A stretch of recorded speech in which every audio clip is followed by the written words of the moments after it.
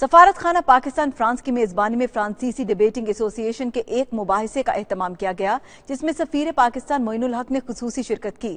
مزید احوال راجہ حبیب کی اس رپورٹ میں۔